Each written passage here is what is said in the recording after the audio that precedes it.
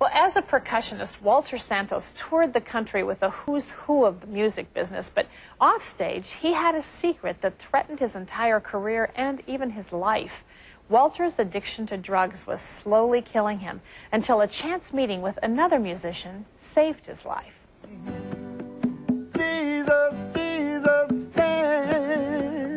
His friends call him Santos. As a percussionist, he's recorded with and shared the stage with greats like Charlie Daniels, Weather Report, and George Benson. He grew up in the Bronx, where he learned to play and developed a love for doo-wop. The Italians were usually doo-wopping, and the Puerto Ricans were usually, they'd have the congas out, the bongos, and they'd be manic. But, you know, I always was drawn to that, and I just progressively got into the neighborhood funk band. His first break into music came early, when the jazz band he played in landed a gig at Carnegie Hall. I show up with my drums, I'm on stage in front of all these screaming people at Carnegie Hall, and I was just like, wow, I'm here. Usually people work years to play at Carnegie Hall. I start out at Carnegie Hall. Santos made a name for himself as a performer and studio musician in New York. He also developed a habit of using drugs. What was the root of that? As far back as I can remember with drugs, there was always an emptiness inside, just a longing to know why I was created, why I was put here. But the minute I touched it, something happened. It just hit that spot. You know, whatever that spot is inside a person, it gave me that instant courage, gave me that sense of security, peace, and I knew I needed this stuff every day. In the late 70s, he landed a job with the band Fandango and went on tour. By now, his drug habit had become a full-blown addiction. And I remember a few times having seizures on the tour bus, and all the band members going, "What's wrong with you, man? You were foaming at the mouth, flopping like a fish out of water." And it got bad. And then it gets to the point where you start thinking about maybe you should kill yourself, because there's no relief from this madness, you know. Did you ever get to that point? Did you want to kill yourself? It started in 1979. Santos was arrested in New York for selling narcotics and released on 5 years probation. He moved to Miami and eventually found a gig playing for 60s rock legend Dion, who at one time had drug problems of his own. I got to the studio. He's doing a gospel record. And I looked at him, and he's reading the Bible in the studio. Usually in the studio, you don't see the Bible. That's the last thing you see. Santos noticed something different about Dion. There was a peace, there was a security, there was a quiet peace about him that I was attracted to. And I connected with Dion right away. And then I realized, you know, that he was set free. He's not using drugs no more. He's not self-destructing anymore.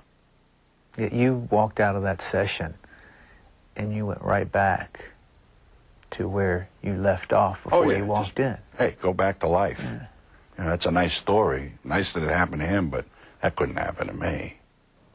3 weeks later, Santos tied a vacuum cleaner hose to the tailpipe of a car and attempted suicide. After a brief stay in a state hospital, Santos contacted Dion. I remember calling Dion up and saying, "Dion, I want what you have." He said, "You know, we have a Bible study tonight down in North Miami. Why don't you come on down?" And I got there, and they asked me to go up and pray. And I received Christ that night. That was in 1981. And the Holy Spirit hit me like a freight train. And I knew something happened. I just felt peace like I never felt in my life, like 1,000 pounds were lifted off me. With counseling, Santos got off the drugs, and for 5 years he traveled with Dion, sharing his testimony and faith. He married, moved to San Diego, and joined the staff of a local church. But Santos got into debt, and his marriage failed. After 12 years, he was headed for a crash. And I picked up pills instead of picking up the Bible. And as soon as I touched it, it was like I awoke this sleeping tiger inside me, and boy, he got big, and he started tearing me up. He returned to New York, and the life he thought he left behind. And I got addicted to heroin again.